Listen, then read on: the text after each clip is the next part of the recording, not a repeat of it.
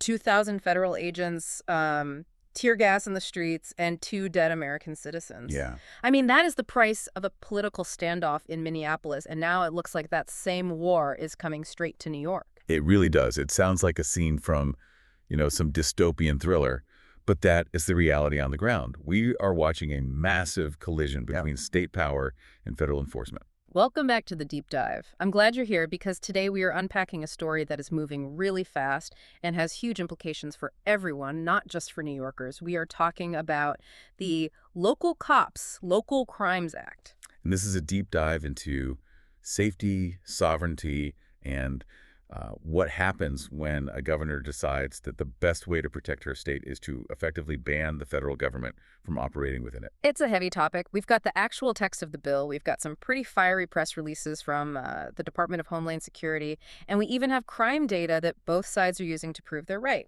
And we are going to look at all of it. We really need to figure out, is this legislation a shield for civil rights, or is it, a get-out-of-jail-free card for dangerous criminals? Let's start with the hook. You mentioned Minneapolis. Why are we talking about the Twin Cities when this is a New York story? Because Minneapolis is the catalyst. It's the ghost of Christmas future that New York is desperately trying to avoid. To understand Governor Hochul's move, you have to look at Operation Metro Surge. Operation Metro Surge. Okay, even the name sounds aggressive. It was. ICE Immigration and Customs Enforcement. They launched this massive operation in Minneapolis. We are talking about 2,000 agents flooding the city. 2,000? Yeah. I mean, usually ICE operates more in the shadows, right? Yeah. Picking up specific targets. This was a show of force. And it went wrong. Horribly wrong. It turned into complete chaos. You had protests, clashes in the streets, and tragically, fatalities. 2 U.S. citizens, Renee and Alex Pretti, were killed. I read about Renee Good. She was in her car, right? With her dog in the back. That's right. She was shot while in her vehicle. The authorities claimed the car was being used as a weapon during a chaotic confrontation. But to the community, it just looked like a military force opening fire on a civilian. And Alex Pretti. An ICU nurse. Yeah. Just caught in the fray. Wow. That is a nightmare scenario. It is. And this is where the narrative really splits. Governor Hochul in New York looks at Minneapolis and she calls it unspeakable acts of violence. She is framing the federal agents as the aggressors. She's even quoting Benjamin Franklin, a republic, if you can keep it. So she's going full founding father on this. She is. She is characterizing this as a moment of tyranny. She argues that federal overreach is endangering citizens. Yeah. But we have to look at the other side of that coin. Right. Why were 2,000 agents in Minneapolis in the first place? Exactly. They don't usually send an army for no reason.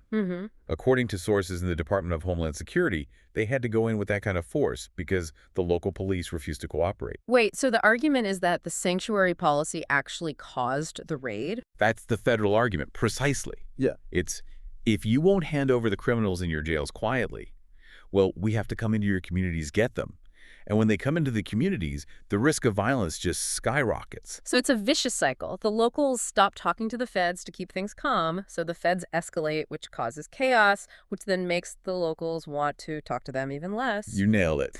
And Governor Hochul's response to that cycle is to just slam the door shut. Yeah. She wants to pass the Local Cops, Local Crimes Act to legally prevent New York police from getting involved at all. Okay, let's break this bill down. What does it actually do? Is it just a statement, or does it change how cops do their jobs? Oh, it changes everything.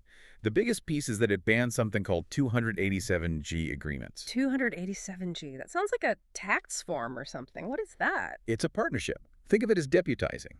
Under federal law, ICE can train local police officers to act as immigration agents. So a regular beat cop can do ICE's job? If they're in the program, yes. So if a local officer arrests someone for, say, drunk driving, and finds out they're in the country illegally, that officer can start the deportation paperwork right there at the station.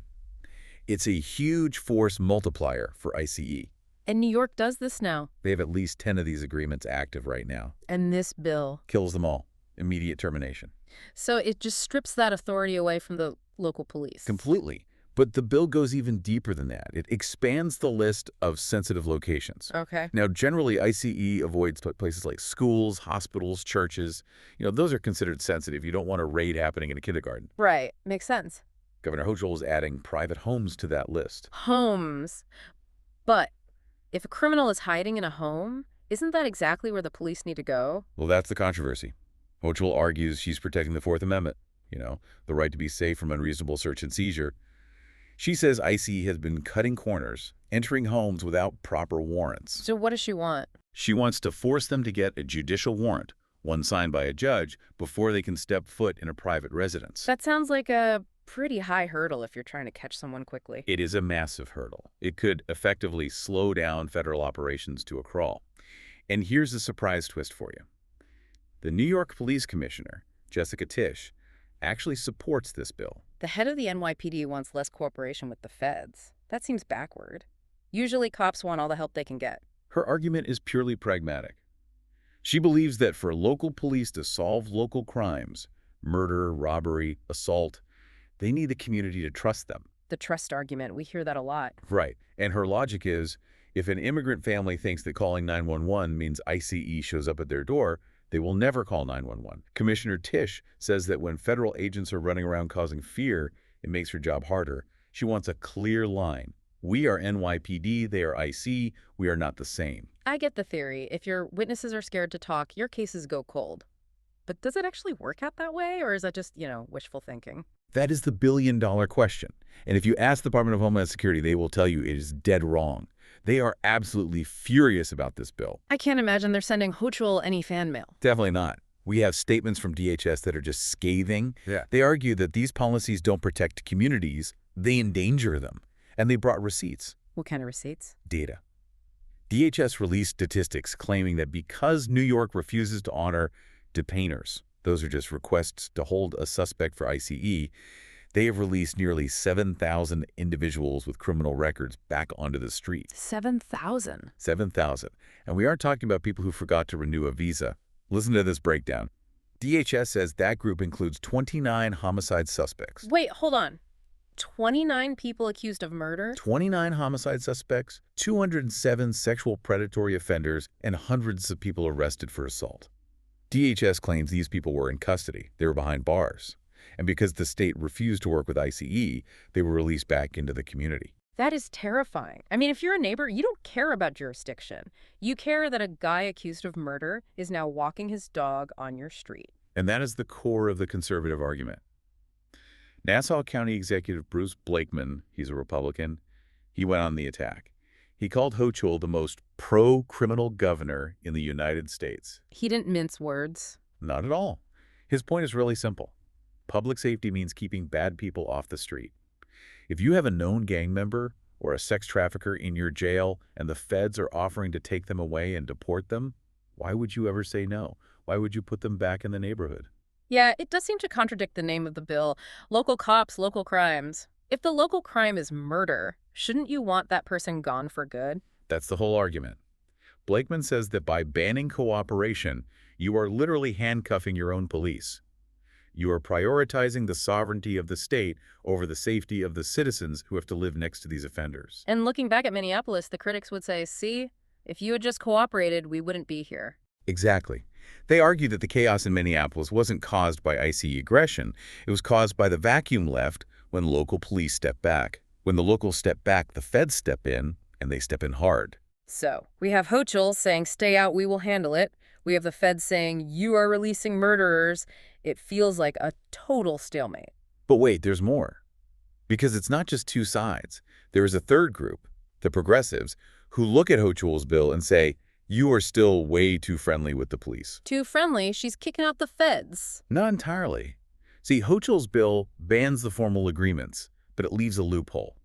She stated very clearly, we will always cooperate to bring violent criminals to justice. Okay, so she is trying to be reasonable. No raids, but yes, we will help you catch the killers. The labor unions and legal advocacy groups say that is not enough. They're pushing for a different bill called the New York for All Act. New York for All, what does that one do? It is a total blackout. Yeah. It bans all information sharing. It bans any questioning about citizenship status. And it applies to every single agency, not just police, but schools, hospitals, labor boards. So the state government would effectively put on a blindfold. That is the goal. They want to ensure that anyone can access state services without any fear. But the New York for All Act also explicitly prohibits ICE from entering any non-public area of state property without a judicial warrant. That sounds like they are trying to build a fortress. They are. And look, the unions represent hundreds of thousands of workers. Their argument is economic and humanitarian. You can't run an economy if your workforce is terrified to leave their houses. They say Hochul's loophole for violent crimes will just be abused by police to target immigrants anyway. So Hochul is completely stuck in the middle. The right says she's pro-criminal. The left says she's not doing nearly enough. It is the classic political squeeze. But let's try to cut through all the politics for a second. Look at the actual results. Does this stuff work? Does being a sanctuary city make us safer? You mentioned a study earlier, something from the 2000s. Yes. We have research by a guy named Yuki Otsu that analyzed New York crime data from 2000 to 2010. It focused specifically on what happens in precincts with high immigrant populations when these sanctuary policies are in effect. Okay, hit me with the numbers. What happened? The findings were mixed, and it really depends on how you interpret them. First, the good news for the pro-sanctuary side. Robbery rates went down. Robbery went down. Why? The theory is the cash economy. Undocumented immigrants often can't open bank accounts, so they carry cash. They're walking targets for robbers. Right. If they trust the police, they report the robberies, the bad guys get caught. If they fear deportation, they stay silent, and the robbers just keep robbing. That makes perfect sense. Trust leads to reporting, reporting leads to arrests. There was another statistic. The same study found an increase in reported sex crimes. An increase. That is definitely not good news. And this is where it gets really complicated. The researcher and the progressive supporters of these policies will tell you this is actually a positive sign. How can more sex crimes possibly be positive? They argue it's about reporting behavior. They claim the assaults were always happening, but victims were too scared to come forward. When the sanctuary policies kicked in, women felt safe enough to go to the police. So the reports went up, not necessarily the crimes. That is a very convenient explanation. The numbers look bad, which means our policy's working. It is a classic spin. And if you look at it from the conservative DHS perspective, they would say, no, sex crimes went up because you released 207 sexual predators from your jails. That is the hard part. Is it better reporting, or is it just more predators on the street? And you have to remember, the study ends in 2010. We're in 2026. The world has changed so much. The gangs are different. The volume of migration is different. Relying on data from 15 years ago to make decisions about public safety today is, well, it's a huge gamble. It feels like a massive gamble, and the stakes are human lives. That is what we can't lose sight of. We talk about sovereignty and jurisdiction. But at the end of the day, this is about whether a nurse like Alex Pretti comes home from his shift. It's about whether a woman like Renee is safe in her own car. The tragedy in Minneapolis really hangs over this entire conversation, doesn't it? It does. It shows us what happens when the system completely breaks. When federal and local authorities stop talking to each other, they start fighting. And when they fight, innocent people get caught in the crossfire. So if this bill passes, New York is effectively telling the federal government, you have no power here. And the federal government is saying, if we have no power, you have no safety. It is a game of chicken. And the people living in these neighborhoods are the ones strapped into the cars. It really makes you wonder about the definition of public safety. Does it mean protecting rights, or does it mean catching bad guys? For Governor Hochul, it means protecting the state from federal tyranny. For DHS, it means removing threats. For the unions, it means protecting the workforce. But for the listener, Yeah, for the person listening to this right now. it probably means knowing that if someone commits a murder, they aren't let out the back door just because of a political turf war. That is a powerful thought. When the giants fight, it's the little guys who get stepped on. Exactly. And right now, New York is the battlefield. We are going to be watching this one closely. If this bill passes, it changes the landscape of American policing. If it fails, Hochul takes a massive political hit. Either way, this tension is not going away. Minneapolis was the spark, but New York might just be the explosion. Well, on that cheerful note, we're going to wrap it up. This has been The Deep Dive. We hope this helped you understand what is actually going on behind the headlines. Stay safe out there. Pay attention to what your local reps are voting for. Thanks for listening. We'll see you on the next one.